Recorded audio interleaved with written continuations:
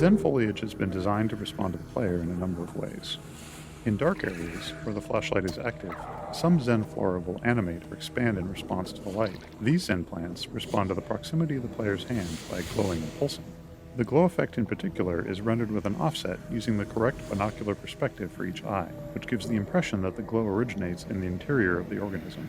The Zen flora's shader effects, which rely on hand proximity, take their input from a dynamic voxel field which follows the player at all times. The player's hands effectively draw motion trails in this voxel field, which can be sampled by the foliage's shaders to drive deformations and other shading effects. If the player moves their hands quickly, they produce motion trails in the voxel field. If they hold their hands still, they produce a radiating force. These different types of motion characteristics allow us to create different behaviors in the foliage to give it a bit of extra personality.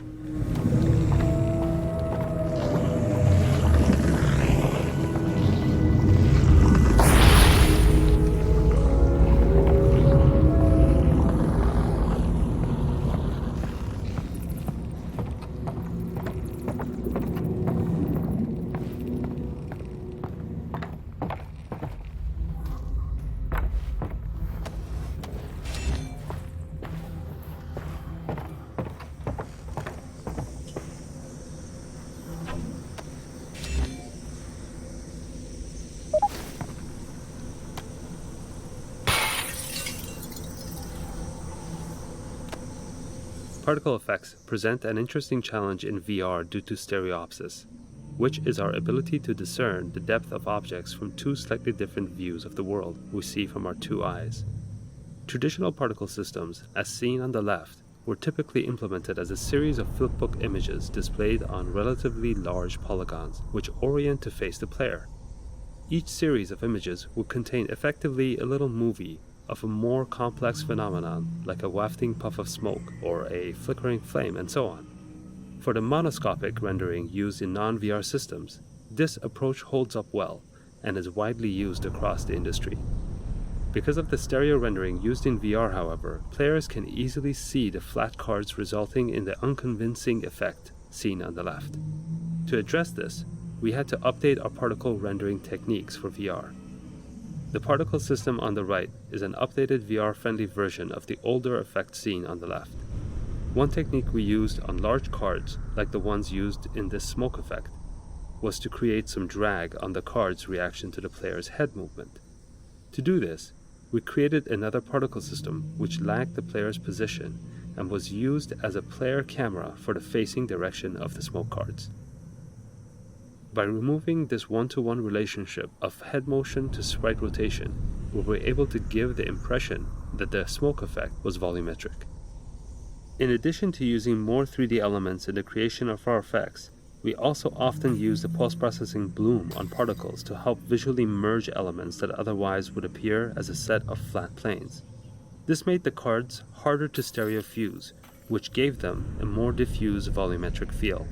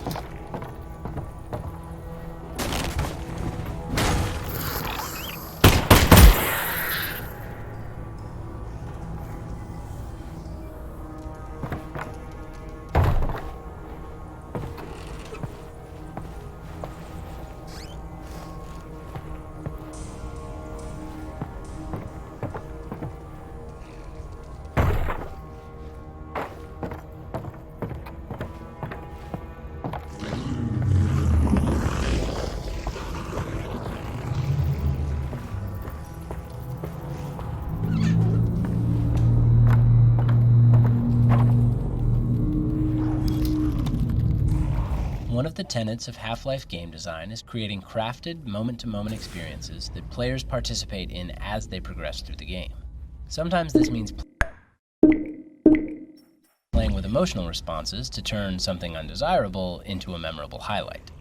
This collapsed section of the hotel features this type of experience. Players are often instinctively pulled to the safest looking location in a given area, and here that would be the well-lit corridor above. But when they get there, they find their way blocked by a Combine power shield. The power cable to shut down the Combine force field leads them back down into the poison headcrab-infested darkness below, a place they really didn't want to go. These larger gameplay spaces also need to be resilient to player choice, so even if a player chooses not to head up to the well-lit corridor, they likely will still have the same trepidation about heading down into the darkness below. After the player has braved the darkness and sheltered themselves in the lit room where they're safe from the wandering headcrabs, they're faced with the daunting task of cutting the power to the Combine force field, because this has the side effect of plunging the area into darkness. Not only does that make the situation worse, since the player must make their way out of the pitch blackness with only a flashlight, but the path to the exit is back through all the poison headcrabs. We spent a lot of time tuning this experience through careful playtesting and evaluation, and often, when recounting their travels through the hotel in post-playtest discussions, players would recall this moment of being plunged into darkness as a high point, managing to combine a feeling of amusement with the overall sense of dread.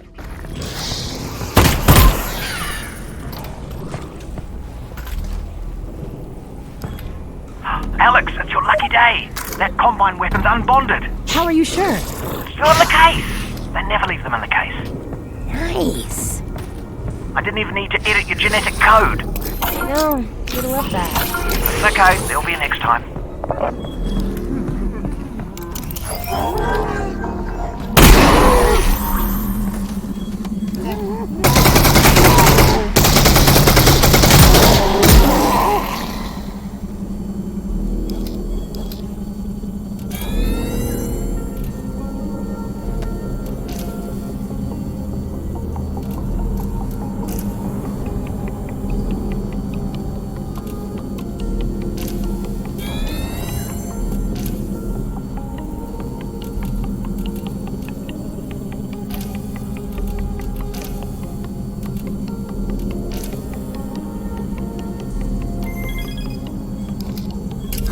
Last cell.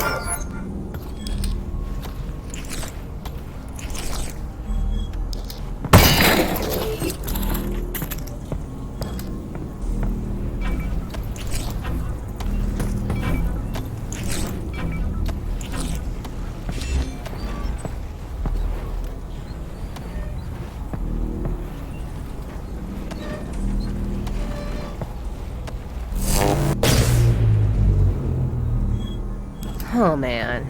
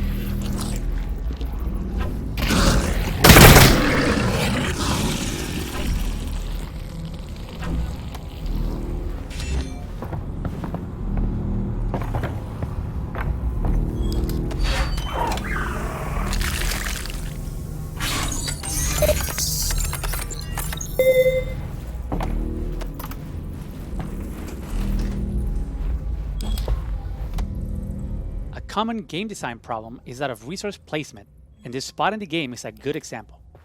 Players have just left an area where they acquired the Combine submachine gun, and whenever they get a new weapon, we try to give the player the opportunity to experiment with it right away. So, right after the SMG, we make sure to give the player a bunch of ammo for it and a supply of not too threatening enemies, in the form of confined zombies and wandering headcrabs to experiment on. But playtesting has shown us that there's a wide range of ways that players respond to that setup. Some shoot a headcrab or two and move on, but some players take their time exploring the weapon, even using up all the ammunition we gave them. Now, after the headcrabs, the player is heading towards a new area, which features one of the hardest combat arenas in the game, where they must fight 2 revivers at the same time. How much ammunition can we expect the player to have here? How much should we put in this area between the 2 arenas to ensure all players will have enough to fight the 2 revivers? If we don't put in enough, player may be in a position where they cannot succeed at the upcoming encounter, and reloading their save games won't help them. They will need to go back and replay the previous area, this time conserving more ammo. That's not something we want to happen, nor is it something that we can expect all players to realize. Instead, many will repeatedly try and fail to be the 2 revivers. So, at its core, the problem with resource placement is that the dynamic range of resources carried by players can be significant, and it gets even wider as the game progresses. In Half-Life Alyx, we would see some players end the game with barely any ammunition, while other players had over 1,000 unused rounds.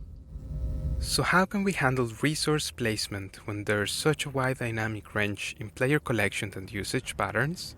Like many games, we opted for a dynamic system that looks at the player's current resource counts and makes decisions based on them. But the design of these kinds of systems can be tricky, because they tend to affect player behavior. For instance, in Half-Life 2, we placed breakable crates throughout the game which dynamically spawned resources based on the player's current health and ammo levels.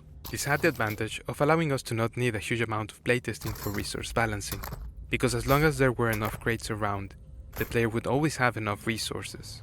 But because that system exists, we didn't have to spend much time on resource placement, and as a result, we didn't really craft challenges around resource collection. Players also learned that they didn't need to really care about the resource levels, because the crates were always going to top them up on whatever they needed most. For Half-Life Alyx, we wanted to revisit those assumptions. We knew that searching for resources in a VR environment was something players really enjoyed. So we wanted resource collection to be something players needed to do throughout the entire game. And that meant we didn't want them to ever reach the point where they had so much ammo and health that they didn't need to explore. We were also able to start playtesting earlier in the product development cycle than we had been able to when making Half-Life 2, which gave us the confidence that we'd be able to spend the time we needed to carefully place every resource.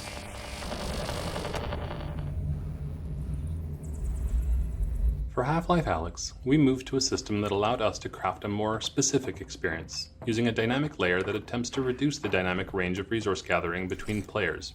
Instead of placing generic resources that switch types, level designers carefully placed each resource type throughout the world. Some are easy to find, and some are more difficult. Then, as the player moves forward in the world, the system opportunistically removes resources in the path ahead, based on the player's current resource levels. This had the benefit of allowing level designers to have a lot of control over the player's resource amounts in different areas of the game. They were able to craft areas where they wanted the player to be starved of one ammo type or encouraged to use another. For example, in this area, designers could provide enough ammo to ensure that the player would have enough to fight 2 revivers, with the knowledge that the ammo balancing system would remove much of it if the player was already loaded up. We could safely give the players a large amount of combined SMG ammo in the previous arena, and know that the players who ran past the poison headcrabs without firing a shot wouldn't find more here. There are a number of additional features to address complexities that result from this system, such as ensuring players always find something inside a Combine locker, or ensuring that players are still rewarded for searching carefully and regularly, even if they're carrying a lot of ammo. Ultimately, we want a player who is paying more attention to the environment to come out ahead resource-wise. We just needed some dials to be able to control how far ahead they got.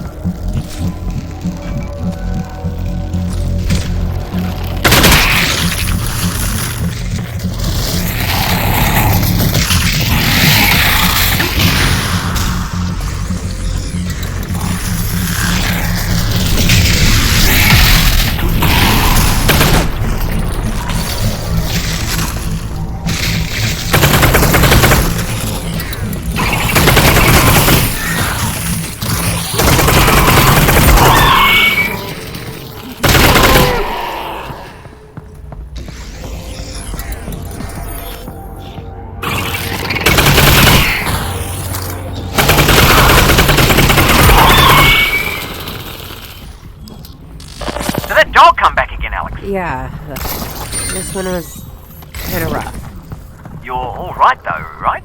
Yeah, Russ. Good. Well, we've got to get you out of here and up to the roof. I'm working on it.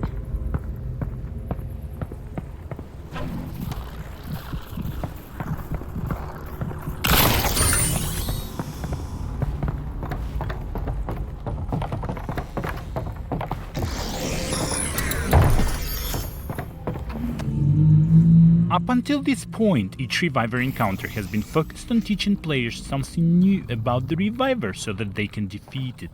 This arena represents the culmination of the training. There are no new rules, there is nothing to learn about the Reviver itself. By this point, players are armed with the knowledge required to progress. The challenge then shifts into a combat problem where strategy and execution are required. Players have to juggle and prioritize multiple targets, utilize all of their weapons, and manage a constrained supply of ammunition in order to prevail and make their way back out to the exterior of the hotel so they can deactivate the combined substation.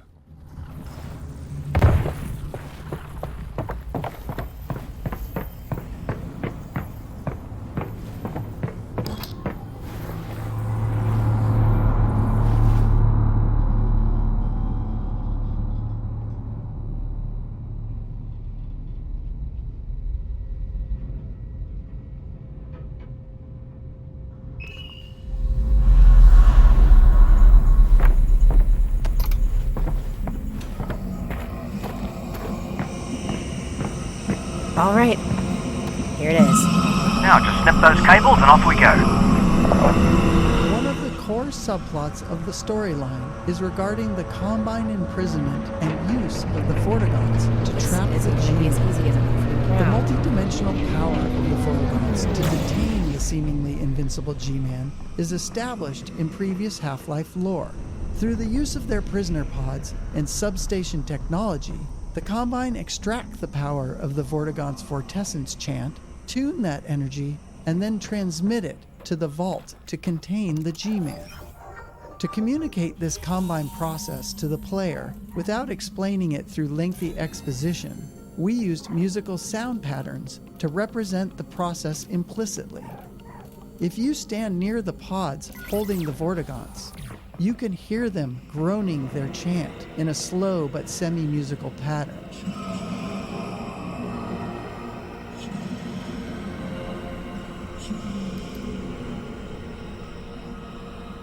Just past the pods is the resonator, within which you can hear a distilled version of the chant energy.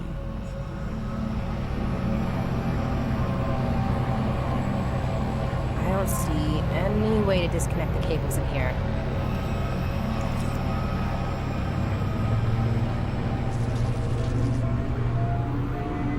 Finally, the cables are activated with the concentrated Vortigon energy, which is harmonized in varying patterns and intermittently transmitted to the vault once the energy is sufficiently tuned.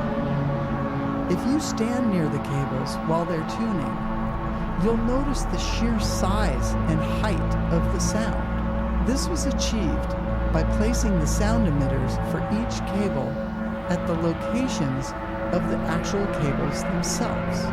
The sound of the cables covers a broad frequency range, which emphasizes Steam Audio's head-related transfer function processing. That simulation, combined with the feedback of the observer's inner ear as she looks upwards, gives the same impression of scale that VR is known to give visual objects.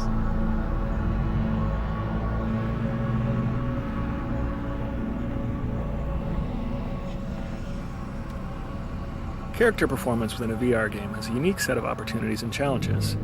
In our efforts to keep control in the hands of the player, we must create a performance that is interesting enough to maintain players' attention, and flexible enough to allow for player freedom.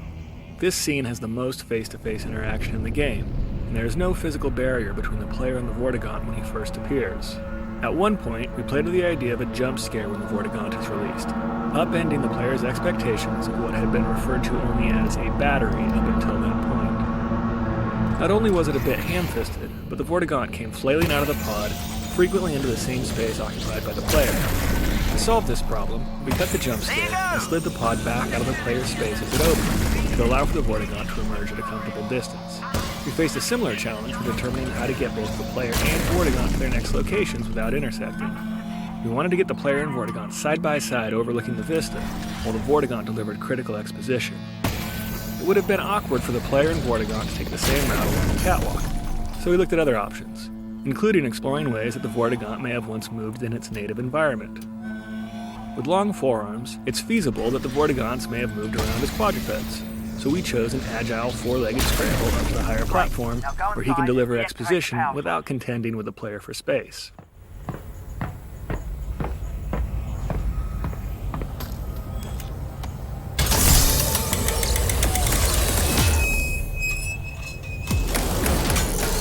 Good grief, it's a Vortigaunt!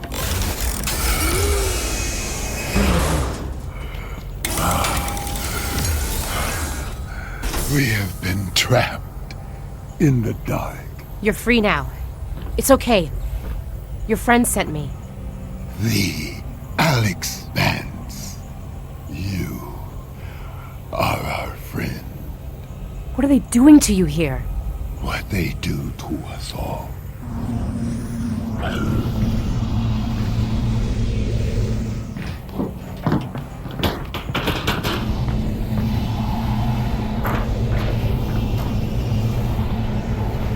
The Combine drain from us the power they use to protect their weapon.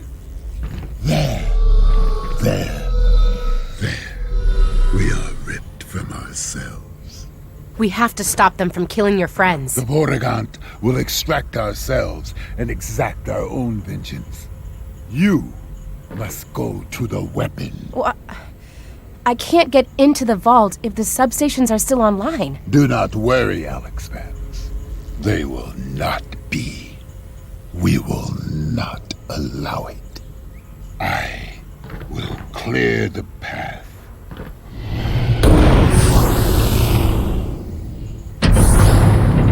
Our paths diverge. But remember, there is no distance between us. We are coterminous. Thanks. Good luck. We're putting a lot of trust in that Vortigaunt to shut down all the substations. I trust him. Yes, me too. Because if he doesn't, well, that vault isn't going anywhere, and we'll be standing there with no vault to break into, surrounded by Combine. Russ, trusting him is our only plan here. He'll do this. We can do this. Yes, you're right. He'll be fine. We're all going to be fine.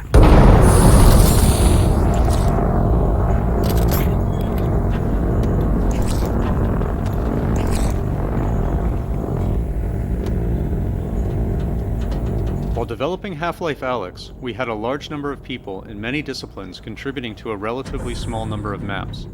This meant that we frequently had multiple people working on the same map at the same time.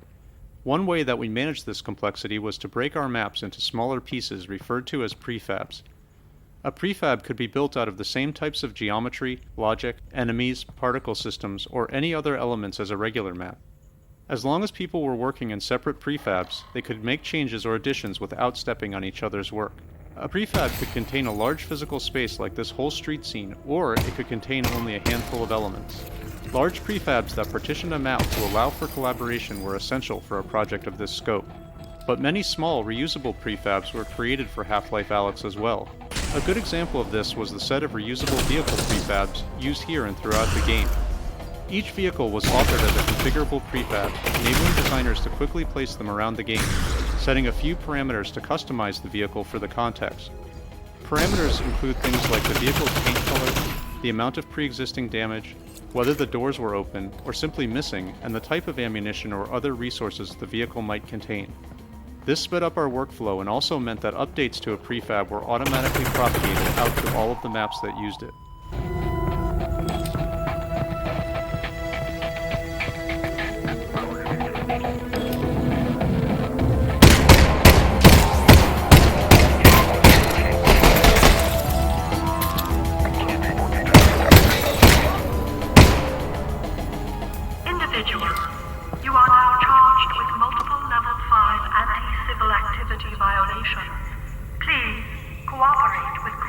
protection team. Ground protection. What do you think, Russ? Alert. Guess we better cooperate. Engage. Yeah, she sounds like she means business. We had a good run. Cooperate. The tarps used by the Combine to cover buildings in the quarantine zone are animated procedurally. This animation was added relatively late in development, so it needed to be both computationally inexpensive and technologically conservative, so no new systems. Simple overlapping waveforms are used to displace the tarp geometry where it hangs loosely away from the building. The displacements are oriented along the wind direction, and their propagation direction is further modified by the gradients of a texture we refer to as a freedom of motion map. This map is derived from the shape of the building geometry under the tarp, and is used to attenuate the displacement so that the tarp won't animate in places where it is meant to be pulled tight against the building. The result is a flapping tarp that seems to conform to its surroundings and responds appropriately to the wind.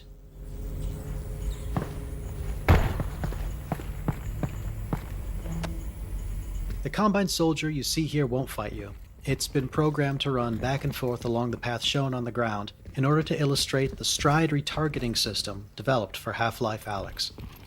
One of the challenges of animating digital characters is making sure that their feet don't slide along the ground as they move.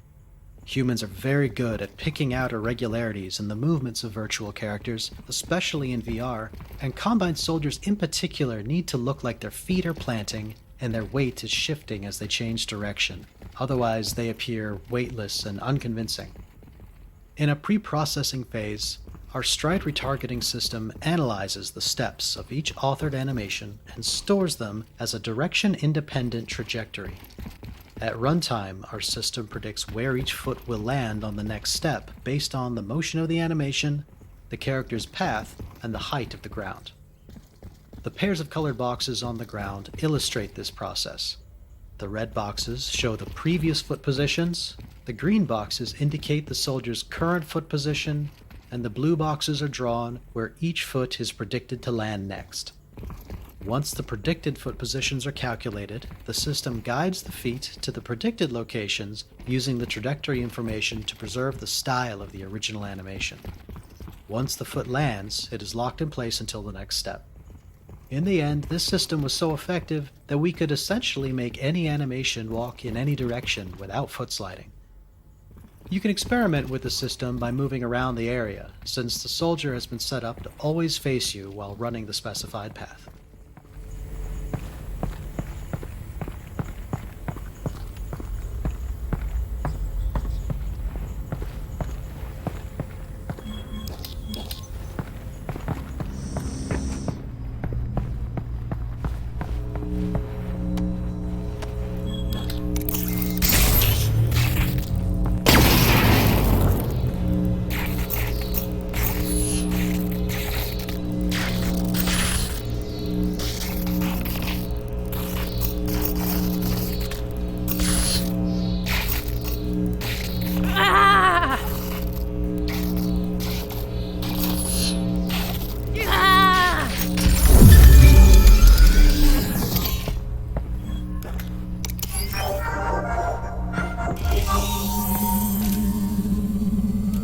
You've almost got it.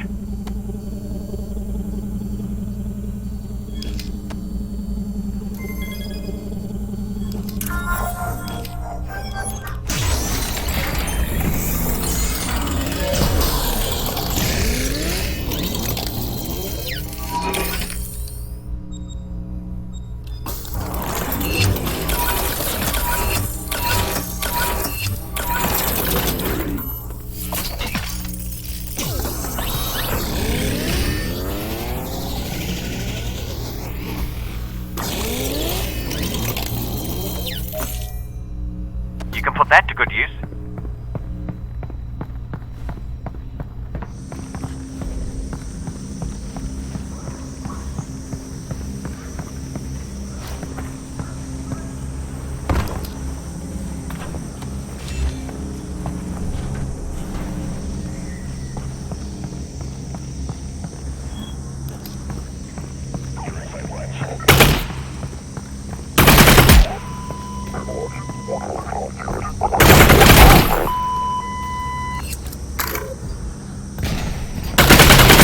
Down here, Russ. Com channel's gone crazy since we took out that substation. They know we're after the vault now. Whatever's in there, they really, really don't want us to have it. Well, now I just want it more. Now that's the spirit.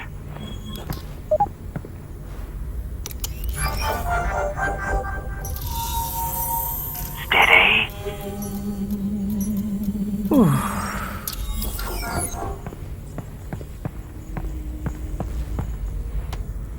Trip mines have appeared in prior Half-Life games, and the act of defusing them seemed like a natural fit for a VR game, where players can perform complex operations with their hands.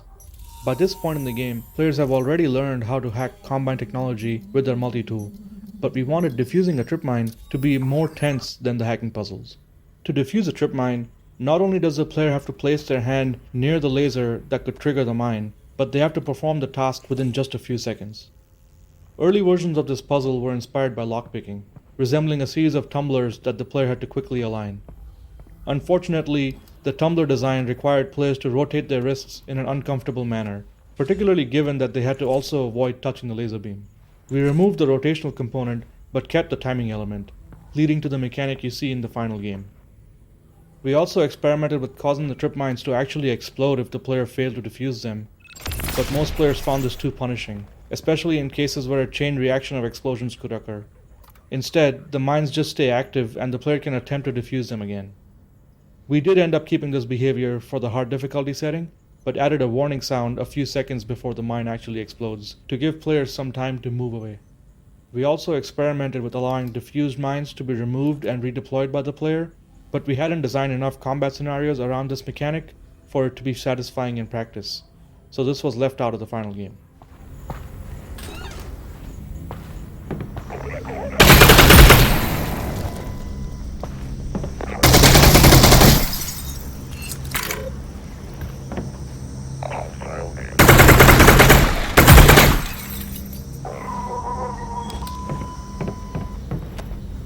This combat arena that loops back over itself as the player winds through the tenement buildings was one of the earliest test maps built when we began adding Combine soldiers to Half-Life Alyx. One of the lessons we learned from this series of combat encounters was that fighting Combine soldiers was physically taxing on players, as we needed to pay careful attention to pacing. Taking cover, reloading, switching weapons, and acquiring targets really pushed on all the skills that players had learned up until this point. To help cut down on fatigue, we added gaps between the Combine encounters and removed some of the combat altogether to better pace the experience. The trip mines in the stairwell following this battle are a good example of one of the pacing elements we used to slow the player down and let them recuperate before the combat ramps back up again.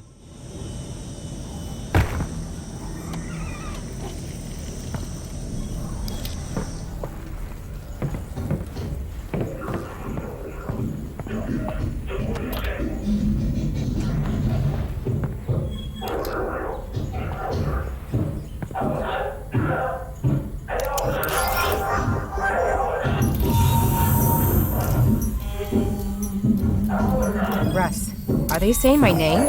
Yeah, that's not good.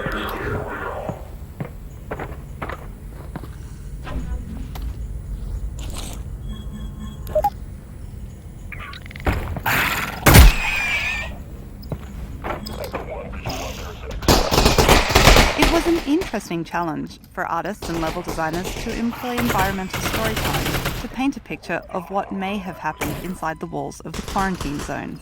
Just like the hotel, these apartments have been overrun by Zen foliage and are filled with people's belongings, abandoned in haste. In this area, the walls have been torn down, either by destructive portal storms or perhaps the Combine's cleanup effort. Barrels of fluid used by workers to try and treat or contain the Zen growth have been left behind, and it would appear that the cleanup efforts have either failed or been abandoned. By not explaining every facet of the world, we leave players with the opportunity to imagine for themselves the bigger picture of life in City 17.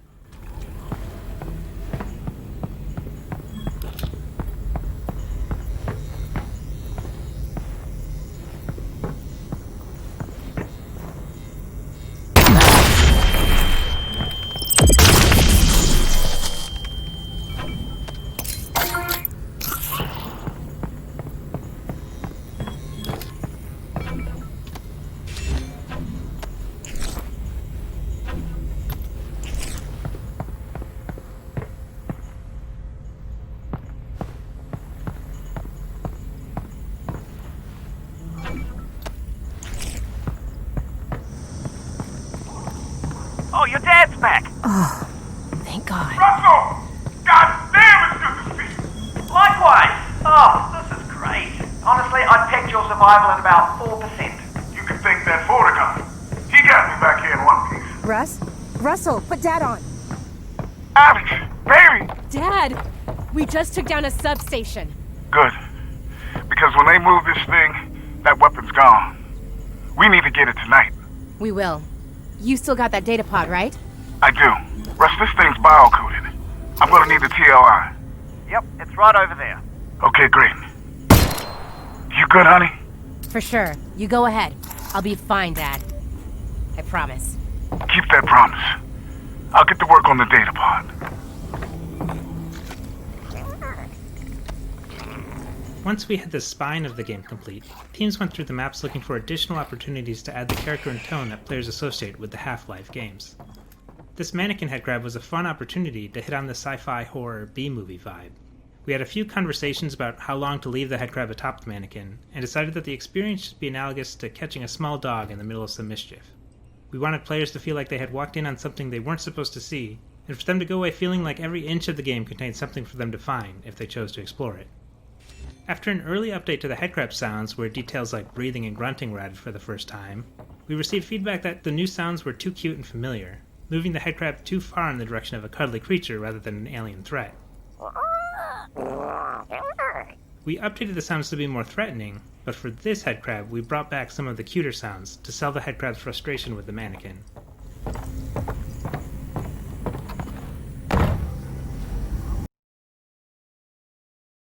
Fun fact, only 10.1% of viewers are subscribed to Half Peeps. If you enjoy the videos, do consider subscribing. For science, you monster.